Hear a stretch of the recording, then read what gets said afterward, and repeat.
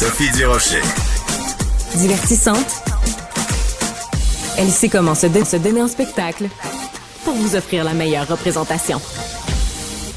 Est-ce que ça vous est déjà arrivé que vous vous présentiez à l'aéroport puis votre vol a 1 heure de retard, 2 heures de retard, 3 heures de retard, 4 heures de retard, 5 heures de retard? Hey, Richard et moi, ça nous est arrivé. On est allé dans le sud dans le temps des fêtes et au retour, notre vol a eu, écoute, pas loin, au total, là, 11 heures de retard. Oh, On était mon exténués, Dieu. on C'est n'en sûr. pouvait plus. Mais qu'est-ce que tu fais? Personne Tu vas va où? brailler. Non, mais attends, je vais le raconter à notre invité parce qu'à un moment donné, ils nous ont pris à l'aéroport, ils nous ont amenés dans un hôtel, ils nous ont ramenés à l'aéroport. Ça finissait plus. Je vais en parler Oh avec boy. Jacob Charbonneau, qui est président, directeur général et cofondateur de Vol en retard. Monsieur Charbonneau, bonjour. Bonjour, Madame Durocher.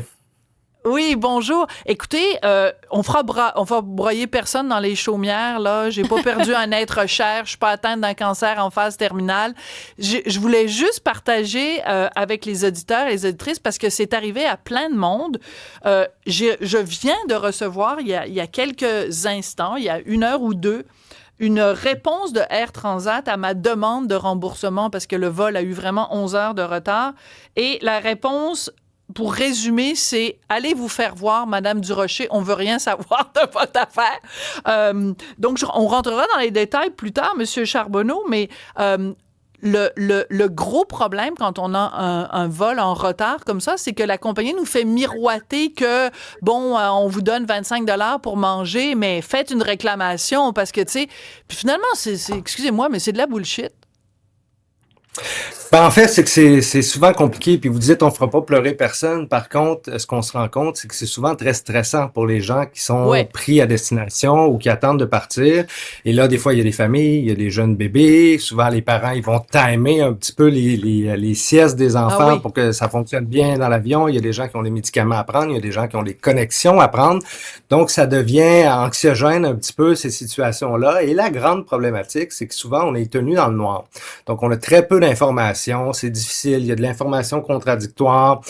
Des fois, on nous dit, bon, une raison, on nous en dit un autre. On nous dit, ah oui, ça s'en vient, ah non, ça s'en vient pas, on le sait pas.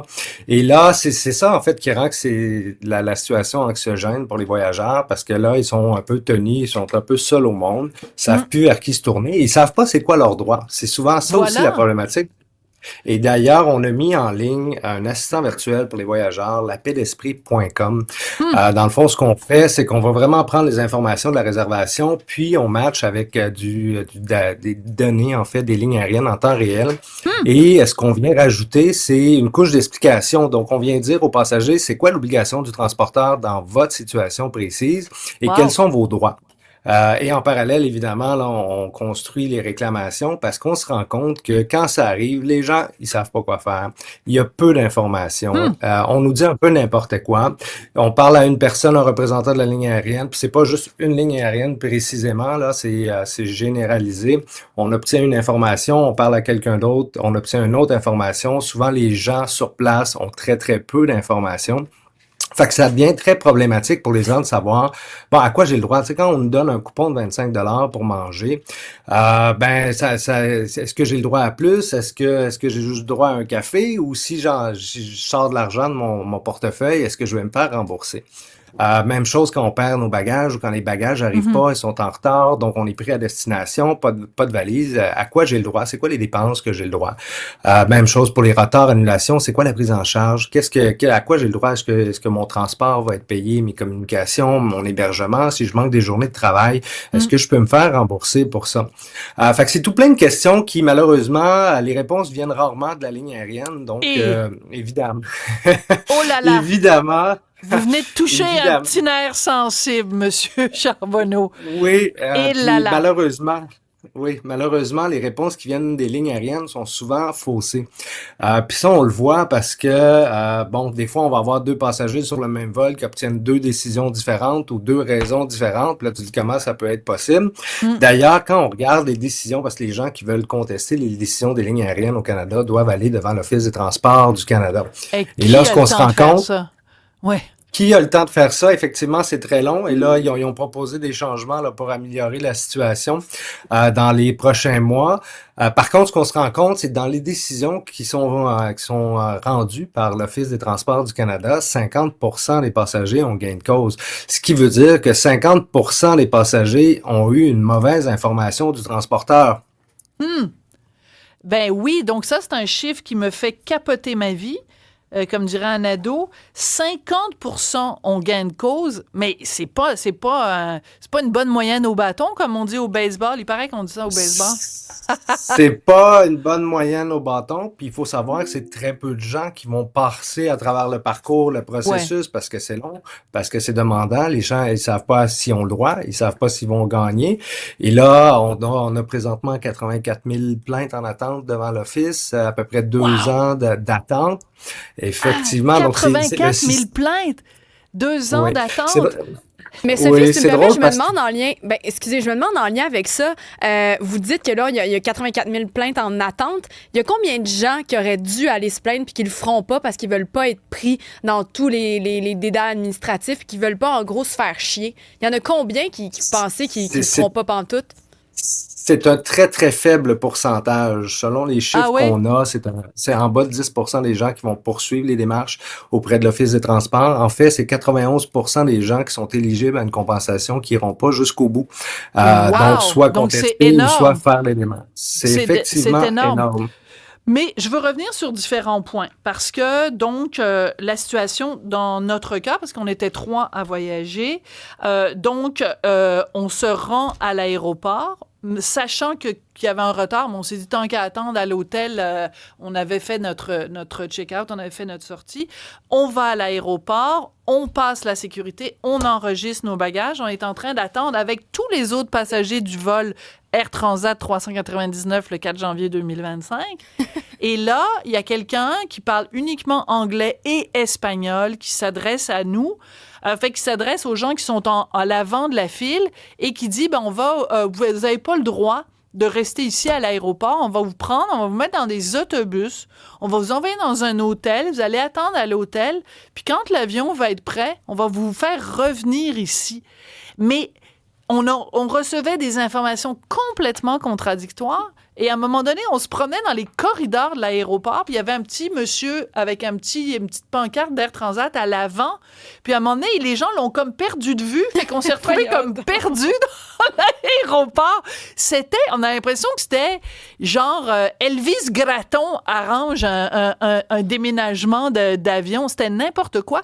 Et la compagnie, les représentants de la compagnie ne nous informaient pas. Est-ce que ça, c'est une récrimination qui revient souvent, le manque de communication? Extrêmement souvent, malheureusement, quand on dit que les passagers sont tenus dans le noir puis que ça devient anxiogène, votre situation le démontre bien.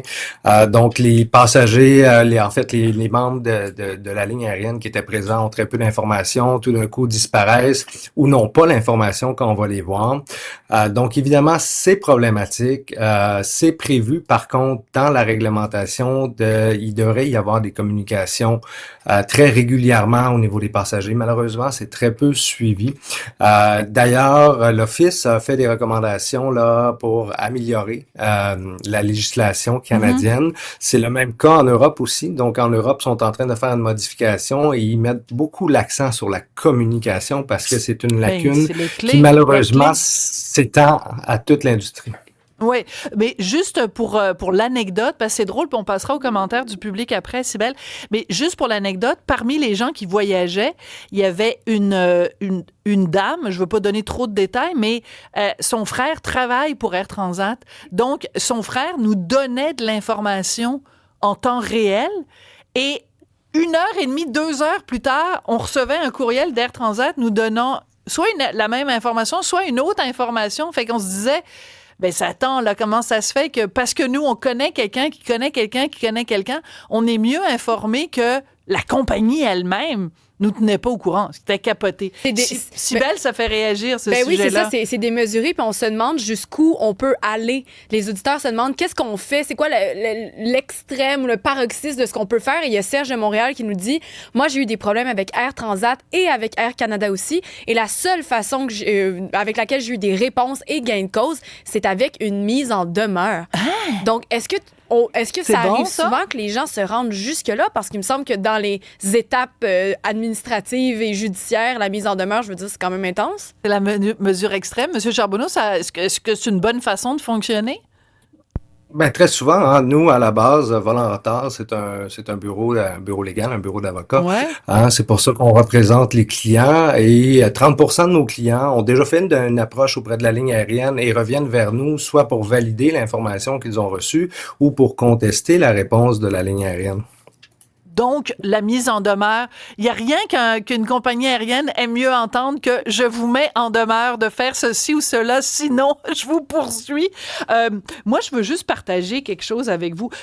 Encore une fois, là, c'est pas mon cas, là, c'est une petite affaire. Moi, j'avais pas de médicaments à prendre, j'avais pas de vol de connexion, mais c'est juste, je parle au nom des 300 autres passagers de Air Transat. La compagnie nous écrit en disant, il y a eu un défaut inattendu du système du contrôle du moteur, il y avait besoin de changer d'appareil et d'équipage, c'est pour ça qu'il y a eu un retard. Elle dit, ça faisait pas partie de l'entretien planifié de l'aéronef. C'est donc considéré comme étant sous notre contrôle, mais nécessaire pour la sécurité. Conséquemment, vous n'avez pas le droit à une indemnité. OK? Vous venez de me dire que c'est sous votre contrôle et c'est votre responsabilité, et parce que c'est votre responsabilité, moi, j'ai pas le droit à une indemnité. Je comprends pas cette logique-là. En fait, c'est de la façon dont la réglementation canadienne est faite. Il y a beaucoup de lacunes, d'ailleurs. C'est une des lacunes qui devrait être corrigée au cours des prochains mois. On a 3 grandes familles de situations. Donc, on a les situations attribuables aux transporteurs, mais nécessaires par souci de sécurité et non attribuables aux transporteurs. Et là, ça laisse beaucoup de place à l'interprétation. Et là, tout devient un peu soit une raison de sécurité ou une raison non attribuable parce que les lignes aériennes sont jugées parties. Hein, c'est eux qui reçoivent la demande. C'est des sous qui sortent de leur poche. Donc, ils interprètent ça un peu comme à leur faveur. Ce qui est très problématique, et c'est pour ça qu'il y a autant de plaintes présentement. Là, ce qui est en train de changer, ce qui a été proposé par l'Office des transports du Canada, il y a encore des lacunes, mais c'est d'enlever les familles de situations pour harmoniser un peu comme ce qu'on voit en Europe, pour dire toutes les situations donnent le droit à une indemnisation, mon Dieu, sauf si c'est une situation extraordinaire. Et là, la problématique dans ce qui a été soumis, ils ont tellement mis de choses dans les raisons, les circonstances extraordinaires que c'est plus d'un vol sur 2 qui serait considéré comme une circonstance extraordinaire. Donc, ça perd un peu le sens de circonstance extraordinaire. C'est très drôle. Alors, félicitations avec Air Transat. Vous avez réussi à vraiment gâcher le début d'année de bien des gens. Et donc, je parle au nom de tous les passagers qui se sont vraiment sentis en tabarnouche parce qu'il y en avait vraiment là qui avaient des vols. Il y en a qui devaient rentrer en Europe. Il y a des gens qui devaient rentrer à Québec. C'était impossible. Le vol est arrivé à 2h du matin et c'était beaucoup trop tard. Plus d'hôtels disponibles à l'aéroport. Ça a été vraiment un gros bordel. Donc, mais merci à vous, Jacob Charbonneau, d'être venu nous parler de ça. Je rappelle que vous êtes président, directeur général et cofondateur de Vol en retard. La prochaine fois, c'est avec vous que je vais faire affaire. Merci beaucoup. Ça va nous faire plaisir de vous aider. Merci.